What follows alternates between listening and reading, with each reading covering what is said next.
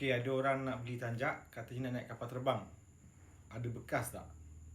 So, kos bekas 100 lebih lah. Tapi saya cadangkan beli tanjak yang boleh lipat macam songkok. Nama tanjak tu Mahkota Alam. So, ni tanjak yang saya pakai sekarang ni, Mahkota Alam. Jadi, kalau bila kita nak masuk dalam kapal terbang, kita lipat je. Dia boleh lipat macam songkok macam ni. Nampak? Even kalau kita nak buat macam ni pun boleh sebenarnya, tak ada masalah. Dia boleh lipat. Dan bila sampai luar negara, kita boleh buka.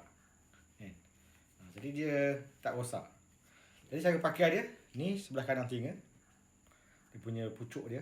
Dan layar dia di sebelah kiri, lambaian dia. Ni tanjak Mahkota Alam. Okey, so sedikit pesanan. Bukan semua ribut itu merosakkan jalan.